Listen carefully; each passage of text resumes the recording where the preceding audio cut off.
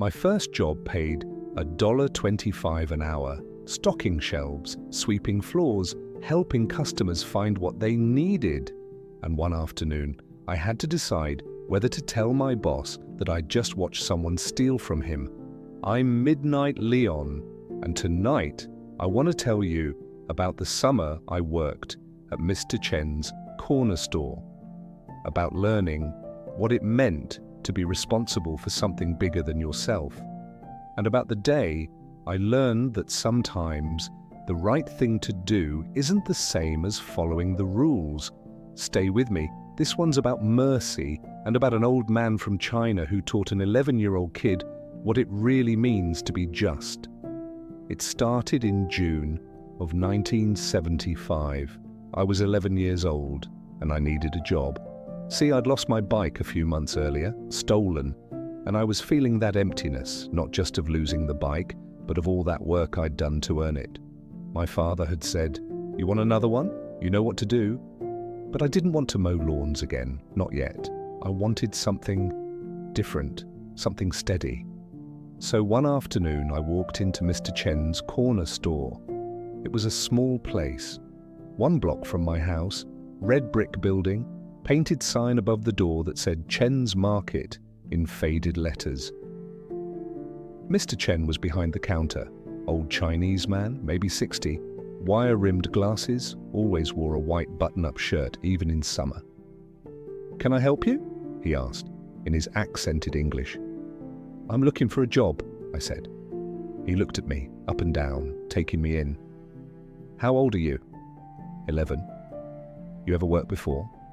"I mowed lawns, washed cars, collected bottles." He nodded slowly. "You go to school?" "Yes, sir, but it's summer now." He thought about it for a moment. Then he said, "You can stock shelves, sweep floor, help customers. $1.25 every hour. You work 3 hours Monday to Saturday. That's 18 hours a week." I did the math in my head. $22.50 a week. That was good money. "Yes, sir, I can do that." He stuck out his hand. "You shake on it, you keep your word. Understand?" I shook his hand. "Yes, sir." "Good. You start Monday, 9 in the morning." That first week, Mr. Chen taught me everything. How to stock the shelves, cans in the back, new ones in front, labels facing out, straight lines. "Customer sees messy shelf, they think store is messy, they don't trust," he said. How to sweep the floor. Start at the back, work your way to the front, get in the corners. Dirty floor, customer leaves. Clean floor, customer stays. How to talk to people who came in. Always say hello, always say thank you, make them feel welcome. He was strict about these things, but not mean, just exact, and he told me why. "This store," he said one afternoon, "is my whole life. I come from China with nothing. Just me and my wife. We save. We buy this place. We work every day. No vacation. No days off. This store feeds us. This store is our home." I looked around. At the shelves, the cash register, the little cooler with sodas in the back. It didn't look like much, but to Mr. Chen, it was everything. "You work here," he said. "You take care of it like it's yours. You understand?" "Yes, sir." And I meant it. By the second week, I had the routine down. Show up at 9, stock the bread, milk, eggs that got delivered that morning, sweep the floor, wipe down the counter, help customers. Mr. Chen let me work the register sometimes, taught me how to make change. "Count it back," he said. "Customer gives you $5 for $2 item. You don't say $3 change, you count. $2 for the item, 1 makes 3, 2 makes 4, 3 makes 5.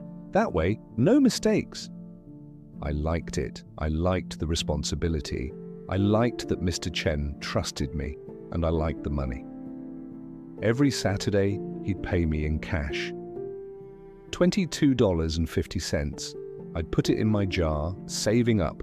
Again, but more than the money, I liked feeling like I was part of something, like I mattered.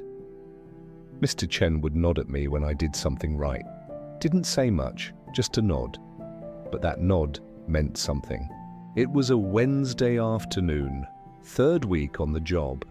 Mr. Chen had stepped out to pick up a delivery from the supplier, said he'd be back in 30 minutes. "You watch the store," he told me. "You know what to do." I felt proud, 11 years old, in charge. There were a few customers that came through. I helped them, made change, everything smooth. And then a teenage boy walked in, maybe 15, 16 years old. White kid, jeans and a t-shirt, messy hair. He looked nervous. He walked to the back, where the candy was. I watched him from the register. Not suspicious, just paying attention, like Mr. Chen taught me. The boy picked up a few candy bars, looked at them, put them back. Then he glanced at me. "Quick, just a second." And then he slipped 2 Snickers bars into his jacket pocket. My heart jumped. I saw it. Clear as day. He looked at me again, and I looked at him. And in that moment, we both knew. He knew I saw him. I knew he knew. There was this pause, this long, frozen second when neither of us moved. His face, I'll never forget it. He wasn't smug, wasn't cocky. He looked scared and desperate. And he was silently asking me, "Please, don't say anything." I didn't know what to do. Mr. Chen had trusted me, put me in charge, and someone was stealing from his store. But this kid looked like he needed those candy bars more than Mr. Chen needed the $1.50 they cost. The boy turned, walked to the door, and I just stood there. Didn't say anything, didn't stop him. The bell above the door rang as he left, and he was gone. I stood behind that counter, my hands shaking. What had I just done? When Mr. Chen came back 20 minutes later, I was still standing there, frozen. "Everything okay?" he asked. I hesitated, then I told him. "Someone stole 2 candy bars." He stopped, looked at me. "You see who?" "A teenage boy, maybe 15. "You see his face?" "Yes." "What did he look like?" I described him. Mr. Chen nodded slowly. "Didn't seem angry, just thoughtful." "Did you try to stop him?" "No, sir, I didn't know what to do." He looked at me for a long moment. Then he asked, "Was he scared?" I blinked. "What?" "The boy, when you saw him, did he look scared?" I thought about it. Yes, he looked desperate. Mr. Chen nodded, took off his glasses, cleaned them with his shirt, put them back on. Then he needed it more than we needed to catch him. I stared at him. "But he stole from you." "Yes. 2 candy bars, maybe $1.50. Doesn't that make you angry?" Mr. Chen shrugged. "Angry? A little. But not at him. At whatever made him need to steal candy bars." He walked behind the counter, opened the register, looked at the cash inside. "You know how much money I make in a day?" he asked. "No, sir." "Maybe $100, on good day $150. I pay for the products, I pay rent, I pay electric. At the end of the month I have maybe $300 left, for me and my wife." He closed the register. "That's not a lot, but it's enough. We eat. We have a home. We're okay." He looked at me. That boy? Maybe he doesn't eat today. Maybe his family has no money. Maybe he just wanted something sweet and couldn't ask anyone for help. "So, you're not mad at me for not stopping him?" "Why would I be mad? Because you trusted me, and I let someone steal." Mr. Chen smiled. Not a big smile, just a small, sad one. "You did the right thing." "I did?" "You saw his face. You saw he was scared. You chose mercy over rules, so that's good." I didn't understand. "But the rules say if someone steals, you stop them. You call police. You protect the store." He paused. "But the rules don't know that boy. The rules don't see his face. You did." He put his hand on my shoulder. "We lose 2 candy bars. He keeps his dignity. That's a good trade." I stood there, trying to process what he was saying. But what if he comes back? What if he steals again? Then you watch. And if he does, we talk to him. We don't yell, we don't call police. We ask him, do you need help? Do you need job? Maybe he works here, earns money, doesn't need to steal. Mr. Chen went to the shelf, straightened a row of soup cans. You know why I hire you? He asked. Because I asked? No, because I see you. I see you're good kid. You work hard. You need money. I give you chance. He looked back at me. Maybe that boy needs chance too. Maybe nobody ever give him one. I thought about that. So, justice isn't always about catching people. Justice, Mr. Chen said slowly, is about making things right. Sometimes that means stopping bad people, but sometimes it means helping struggling people. You have to know the difference. He smiled at me. You're 11, you're learning. That's good. That boy never came back to the store. At least not while I was working there. I don't know what happened to him. I don't know if he got help. I don't know if he was okay. But I think about him sometimes. And I think about what Mr. Chen taught me that day. Because up until then, I thought the world was simple. Right and wrong, black and white. Follow the rules and you're good. Break the rules and you're bad.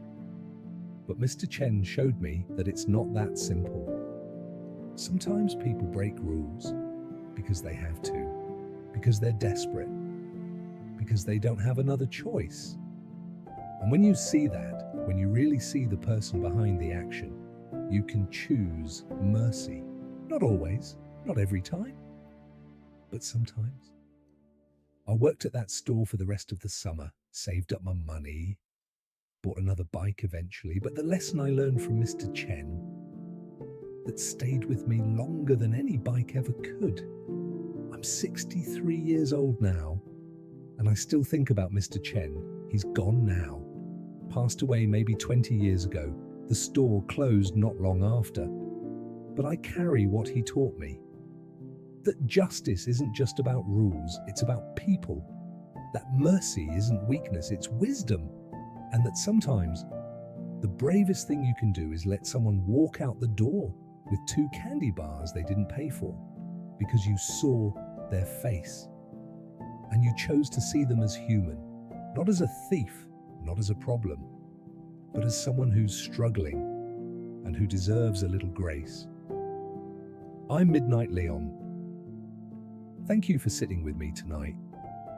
Next time on Golden Days Radio, I'm going to tell you about the time I got in my first real fight, about a kid named Derek who pushed me too far, about my father pulling us apart, and about what he said to me afterward that made me realize fighting never solves what you think it does. Until then, keep the lights low and the memories warm. And if you're in a position to show someone mercy, show it. You don't know what they're carrying, you don't know what they need. But grace costs you nothing. And it might mean everything to them. Trust me on that. Good night, my friend.